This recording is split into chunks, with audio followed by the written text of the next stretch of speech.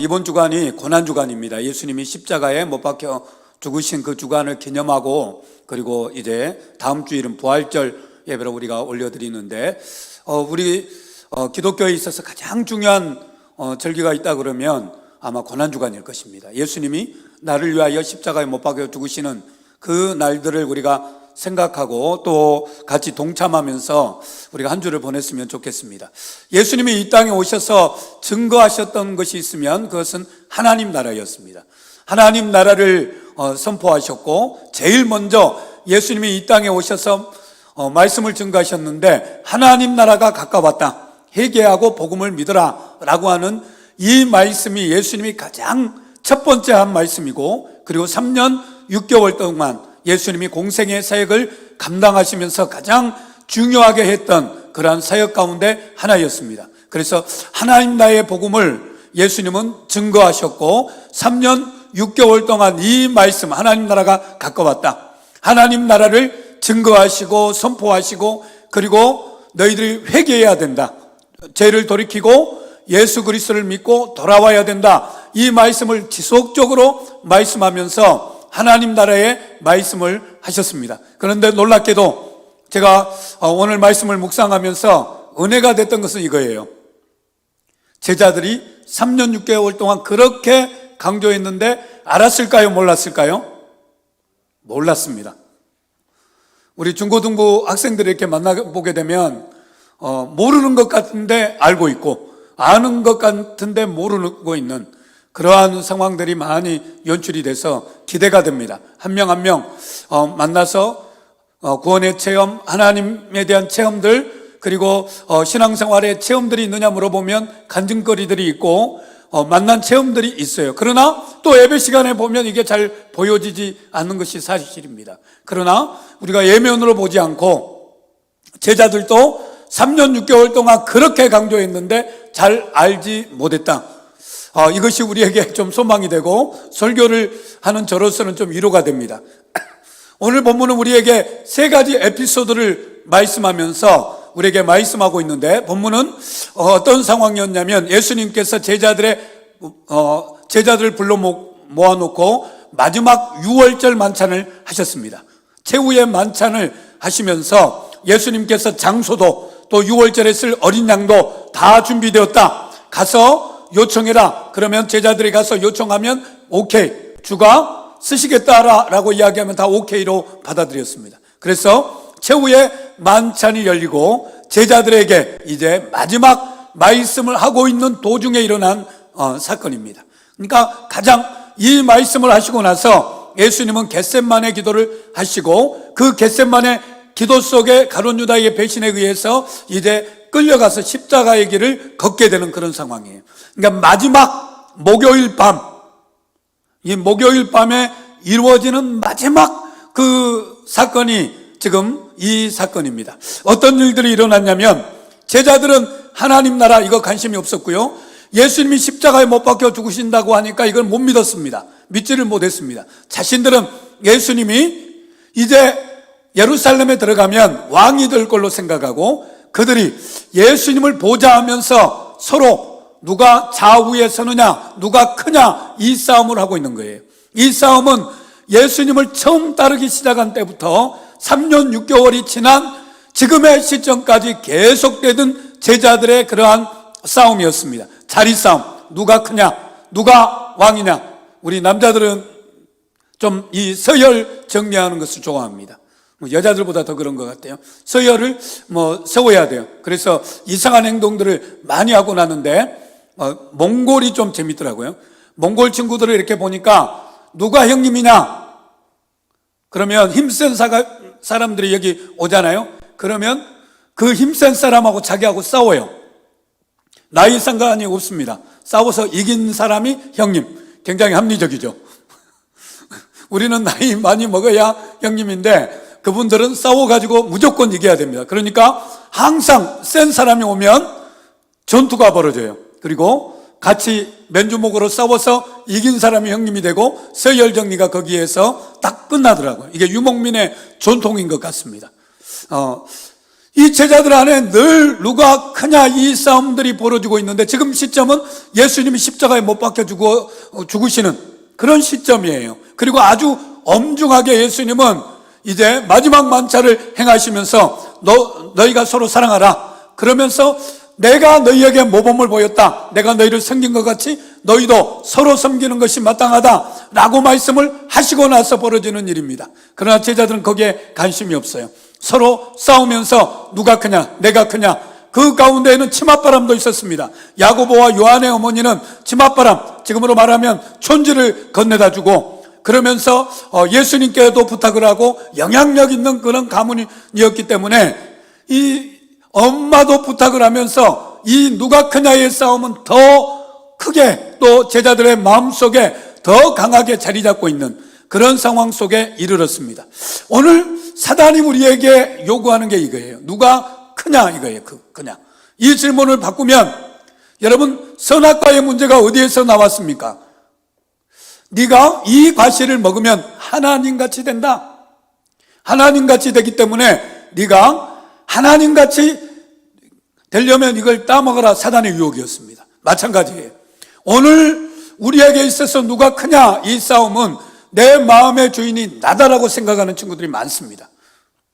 청소년들 가운데 또 많은 사람들 가운데 자기 자신이 내 삶의 주인이다라는 거예요. 우리가 기억해야 될 것은 좀 구별해야 될 필요가 있습니다. 독립성을 여러분이 길러야 될 그런 나이예요. 그래서 부모님이나 선생님의 지도를 잘 받으면서 내 자신이 독립적인 인간으로 설 수 있도록 여러분들이 그런 노력들을 해야 됩니다. 부모님을 의지하고 누구를 의지해 가는 건, 너무 그것만 의지해 가면 여러분 완전한 독립된 인간으로 우리가 설 수가 없습니다. 내 생각, 내 의지, 내 목표를 가지고 여러분이 달려갈 수 있는 그런 청소년들이 되어야 되는데, 이 독립심이 우리에게 필요합니다. 그러나 내 마음의 주인이 누구냐라고 하는 것은, 내가 내 마음의 주인이기 때문에 내가 함부로 살아야 되겠다, 내 마음대로 살아야 되겠다 라고 생각하는 것은 성경을 잘못 우리가 보는 것입니다. 성경은 우리의 주인은 예수님이시고 예수님께서 우리의 마음의 주인이 되셔야 된다. 그리고 그 예수님이 원하시고 기뻐하시는 뜻대로 우리가 살아갈 때 온전한 삶을 살아가게 된다는 것이 성경의 핵심입니다. 우리가 예수님을 믿는다라고 하는 것은 내 생각, 내 결정이 예수님이 기뻐하시는 그 일들을 내가 하게 되고 예수님이 원하시는 삶을 내가 살아나가게 되면서, 정말 여러 가지 어려움도 있습니다. 성경은 예수님을 믿고 예수님을 주인으로 모시는 삶이 평탄하고 성공한 삶이라 이렇게 말씀하지 않습니다. 더 어렵고 힘들고 좁은 길로 가는 것이라 이야기합니다. 우리가 주님을 의지하고 주님을 내 마음의 주인으로 모셔드릴 때 우리의 삶에는 변화가 일어나기 시작하고, 그리고 우리가 반드시 해야 될 것은, 우리가 그럼에도 불구하고 독립된 인격으로 청소년 때에 여러분이 여러분의 의지를 다해서 예배 나오는 것도 부모님의 부모님 때문에 나오는 것도 있겠지만, 또 하나는 내 의지를 가지고 나와서 예배하고 찬양하고 기도하는 것이 필요합니다. 이게 우리가 독립된 인간으로서 하는 거예요. 성경은 어떻게 말씀하느냐, 여러분이 이제 청년기에 돌입하게 되면 중요한 가지가 있습니다. 하나는 진로를, 여러분이 직업을 선택하는 일과 또 하나는 결혼을 하는 일입니다. 결혼. 요즘 비혼주의자가 너무 많이 있어서 큰 문제인데, 이 결혼하는 일, 그 다음에 내가 내 진로로 직업을 선택하는 일, 이것을 하나님의 부르심이다, 소명이다. 우리 믿음의 선배들은 하나님께서 그 직업으로 부르셨다라고 이야기하면서 이것을 소명이라고 이렇게 이야기합니다. 그리고 결혼은 내가 부모를 떠나 남자와 여자가 연합한 사건을 결혼이다 이렇게 표현해요. 그래서 독립된 인격들이 만나서 부모를 떠난다고 하는 것은 심리적으로, 정신적으로, 신앙적으로 독립한다는 의미입니다. 완전한 완전체로서의 이 인격이 한 여자와 한 남자가 만나서 결혼을 이루고, 그러면서 부모님의 영향, 멘토를 안 받는다는 이야기가 아니에요. 결정에 있어서, 모든 결정, 모든 선택, 모든 행위에 있어서 하나님이 원하시고 기뻐하시는 그런 완전체로서, 독립된 인간으로서, 인격체로서 결정을 하게 된다라는 것을 우리가 결혼이라 이렇게 이야기를 하고 있는 것을 보면, 정말 우리의 삶의 주인은 내가 아니고 하나님이다. 그렇기 때문에 우리가 바꿔야 합니다. 이 세상은 정글 같아요. 여러분이 열심히 노력하고 헌신한다 할지라도, 최선을 다해서 공부하고 여러분의 그 운동이나 여러분이 하는 모든 분야에 한다 할지라도 성공을 이루기가 참 어렵습니다. 어렵고 좋은 직장 가기도 참 어렵고, 우리가 이 세상을 뭘로 비교하면 정글과 같아요. 마치 정글과 같은 세상 속에서 하나님을 주인 삼으라고 하는 것입니다. 이게 쉬운 이야기가 아니에요.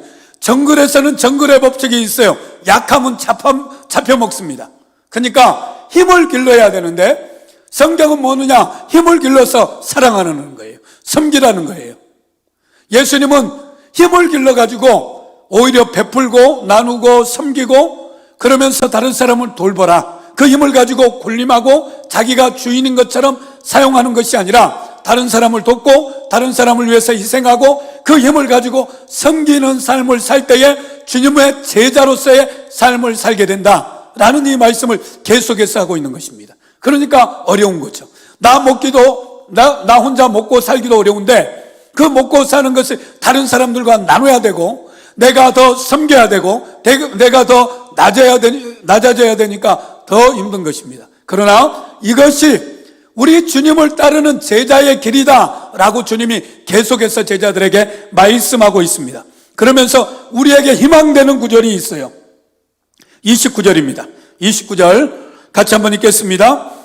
내 아버지께서 나라를 내게 맡기신 것 같이 나도 너희에게 맡겨. 왜 이런 섬김의 삶, 이런 내가 주인이 아니고 예수님이 주인이 되어야 하는 삶을 살아야 되는가 하는 그 부분에 대해서 우리 주님이 말씀하시는 것은, 제자들에게 하나님 나라의 모든 사역을 예수님께서 누구에게 맡기십니까? 바톤 체인지를 누구에게 하고 있습니까? 제자들에게 하고 있어요. 제자들이.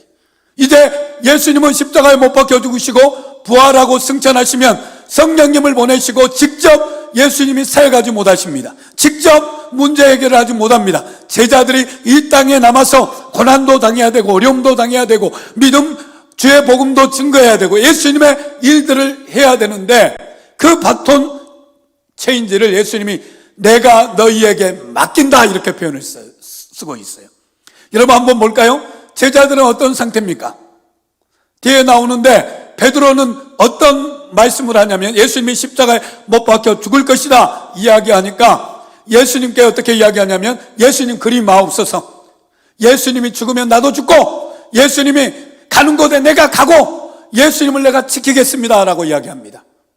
그런데 예수님이 뭐라고 이야기합니까? 사단이 네 마음을 막 흔들고 있어. 너 그렇게 하지 못해. 너 닭 울기 전에 3번 나를 배신할 거야. 예수님 알고 계셨습니다. 예수님을 알고 계셨고 제자들의 행동들을 다 알고 계셨습니다. 12명의 제자들이, 가룟 유다는 예수님을 팔았고, 파는데도 겟셋마네 동산에서 예수님이 기도하는 그 장소를 가룟 유다가 알고 있었기 때문에 예수님을 파는 사인은 얼마나 비열한 사인으로 했냐면 입맞춤으로 했어요. 입맞춤. 우리 이제 동양에서는 입맞춤이, 남자와 남자가 입맞춤이 굉장히 좀 그러잖아요. 그런데 서양에서 또 이 중동에 있어서 입맞춤이 인사입니다. 인사. 가장 친근한 인사. 그래서 입맞춤으로 했는데 이게 예수님을 파는 그런 신호였어요. 그 정도로 비열한 그러한 가룟 유다와 같은 제자도 있었고, 그리고 그 제자들과 이 모든 제자들이 예수님이 십자가에 못 박혀 잡혀가니까 주랭랑을 칩니다. 38 주랭랑을 쭉 치면서 사방으로 흩어져요. 그걸 아시면서도 예수님은 하나님 나라의 일을, 예수님이 하셨던 일을 누구에게 맡기냐? 제자들에게 맡겼다 이렇게 표현해요. 오늘 우리에게도 마찬가지입니다. 이 지역의 청소년을 누구에게 맡긴지 아십니까 여러분? 저와 우리 선생님들과 여러분에게 맡기셨어요. 어떻게 보면 우리 선생님들보다 우리 친구들이 더 효과적으로 살아갈 수 있습니다. 예수님을 증거하고 예수님의 복음을 증거하고 같이 섬기고 그러면서 같이, 우리 이렇게 많이 앉아있는 반들은 학년별로 돼 있으니까 그 학년들을 챙기면서 3호고는 3호고, 3호소중은 3호소중, 3호중학교, 중학교 친구들을 조금씩 우리가 전도해 가고, 그러면서 예수님의 복음을 증거할 수 있는 그 일들을 우리 청소년들에게 맡겨주셨다라고 말씀하고 있어요. 주님은 맡기십니다. 뭘 보고요? 제자들은 신용이 없습니다. 그런데도 주님이 그 가능성을 보셨어요. 그래서 제자들에게 그 가능성을 열어놓고 제자들에게 하나님 나라의 일을 맡겼다. 이것 때문에 주님이 계속 가르치고 계속 말씀을 전하면서 하나님 나라의 일을 말씀하신 거예요. 여러분, 우리에게도 희망이 있습니다. 청소년기 여러분들이 교회에 나와서 말씀을 듣고 교회 예배를 드리고 찬양을 드리면서 헌신하는 거, 이거 하나도 여러분이 손해가 아니에요. 지금은 잘 모르겠지만 예수님을 인격적으로 체험하고 성령님을 경험하게 되면 여러분의 믿음의 자산이 돼요. 정말 저는 우리 친구들이 주님이 여러분에게 하나님의 나라의 일을 제자들에게 맡기신 것처럼 여러분에게 큰 하나님 나라의 일들을 맡겨서 사용되어 주시는 하나님의 백성들이 되기를 바랍니다. 우리의 모습 가운데 이제 베드로의 모습을 우리가 살펴보는데 두 번째 에피소드입니다. 시몬 베드로는 예수님이 가면 가고 예수님이 죽으면 죽고 라는 의리파예요. 의리하면 시체인데 진짜 예수님이 죽으려고 하고 한 그런 계집 그 노예가 있는데 노예 소녀가 너 예수님과 함께 있었지? 라고 질문했을 때 예수님을 부인하고 조주하고 모른다고 하고 그러면서 닭이 울 때에 이 베드로가 우는 모습을 우리가 보게 됩니다. 마치 우리 청소년들의 모습을 보는 것 같아요. 여러분이 다 기도하고 싶고 말씀대로 살고 싶고 전도하고 싶고 정말 열심히 공부하고 싶고 하나님 나라의 일을 위해서 하고 싶지만 이 베드로처럼 우리가 연약합니다. 그래서 완벽하지 않기 때문에 우리의 신앙이 불완전하고 우리의 삶이 불완전하고, 그러나 이 베드로에게도 성령님이 임하니까 놀랍게 초대교회 지도자의 모습으로 바뀌어지는 것을 우리가 보게 됩니다. 여러분, 베드로는 이제 초대교회를 이끌어가는 그러한 지도자가 됐고 리더가 됐습니다. 리더십이 됐는데 그럼에도 불구하고 이 베드로의 모습 가운데 연약한 단점들이 있어요. 그 단점들, 여러분의 가지고 있는 단점들, 이 단점들이 결코 하나님 앞에서 이게 단점으로 끝나는 것이 아니라 여러분이 잘 극복했을 때 여러분 귀한 하나님의 사람이 될 줄로 믿습니다. 마지막 에피소드는 이거예요. 예수님이 이제 제자들을 두 명 짝지어서 전도대로 파송할 때 어떤 일이 있었느냐? 돈 주머니도 가지지 말고 신발도 가지지 말고 여분의 옷도 가지지 말고 그냥 가라는 거예요. 가서 복음을 증거하라 이렇게 말씀하고, 그들이 두 명씩 짝지어서 나가서 복음을 증거할 때에 하나도 부족함이 없었습니다. 그들은 흥분됐어요. 가서 복음을 전하니까 복음을 받아들였습니다. 병자에게 기도하니까 병자가 나았습니다. 귀신 들린 사람에게 기도하니까 귀신이 쫓겨나갔습니다 라고 하는 그런 보고, 이런 보고들이 많이 나오기 시작했고, 그 나오기 시작하는 그런 과정 속에 이들은 이제 하나님이 자신들과 함께하는 걸 느꼈습니다. 그 사건을 떠올리면서 예수님이 뭐라고 이야기하냐면 부족한 것이 없다라고 제자들이 이야기하는 내용 속에 지금 상황이 바뀌었습니다. 예수님은 십자가에 못 박혀 죽으셔요. 그리고 이 세상의 주의 복음을 누가 감당해야 됩니까? 제자들이 감당해야 됩니다. 제자들이. 그래서 제자들이 뭘 하기를 원하시는가 라는 것을 이렇게 보면 같이 한번 볼까요? 36절입니다. 같이 한번 읽겠습니다. 이르시되 이제는 전대 있는 자는 가질 것이요 주머니도 그리하고 검 없는 자는 겉옷을 팔아 살지어다. 반대예요. 두 명 짝지어서 전도대로 보낼 때에는 그냥 가서 싸우라 이렇게 복음을 전하라 라고 말씀해 놓고, 지금은 전대도 가져야 되고 그리고 검 없는 자는 겉옷을 팔아 검도 사야 되고. 무슨 말씀일까요? 지금 예수님이 떠난 시점에 제자들은 자신들만 홀로 남아 있습니다. 그리고 박해는 더 강하게 일어나게 돼 있죠. 그러니까 뭘 해야 되냐면 이들이 준비해야 된다라는 말씀을 예수님이 하고 계십니다. 준비해야 된다. 오늘 우리 청소년들에게 주님의 십자가의 사건을 바라보면서 우리가 느껴야 되는 것은 뭐냐? 예수님이 우리에게 이 십자가의 사건, 십자가에서 죽으시고 피 흘려서 우리에게 구원을 주셨지만 우리에게 또 하나 주시는 것은 우리가 주님의 제자가 되고 주님의 제자로서의 삶을 살아야 되는데, 제자의 삶은 다른 제자를 우리가 섬겨내는 것입니다. 여러분이 그런 일들이 있기를 바랍니다. 정말 여러분 사랑하는 친구들, 전도했던 친구들, 그런 친구들이 교회에 나오든 안 나오든 여러분들이 받은 말씀, 묵상한 말씀, 여러분의 마음속에 체험한 그 예수님의 그 사랑을 나누어 주기를 바랍니다. 예수님께서 나의 삶에 내가 이렇게 힘들었는데 예수님이 나와 함께 해주시더라 라고 하는 이 간증들이 여러분의 입속에서 다른 친구들에게 증거될 때에 그 친구들의 마음이 열어지게 되면, 이 일을 누가 하십니까? 성령님이 하십니다. 성령님이 하시고 성령님이 그 사람들을, 그 친구들을 변화시키기를 원하세요. 그러면서 내가 점점 주님의 제자로 바뀌어갑니다. 주님의 제자로 바뀌어가고, 그리고 주님이 나를 준비시키세요. 여러분의 진로로, 여러분의 직업의 세계로, 여러분이 청년기에, 이제 청소년기에 준비해서 정말 청년기의 대학으로, 여러분의 진로로 하나님께서 직업의 세계로 인도하실 것인데, 그 인도하심을 받고 거기에서도 정말 잘 준비된 사람이 귀하게 쓰임받는 것처럼 여러분이 그런 신앙의 삶을 살아가기를 바랍니다. 주님을 믿는다는 것, 주님을 우리가 섬긴다는 것 쉬운 일이 아닙니다. 주님처럼 십자가의 길을 가라고 주님이 말씀하시는 것입니다.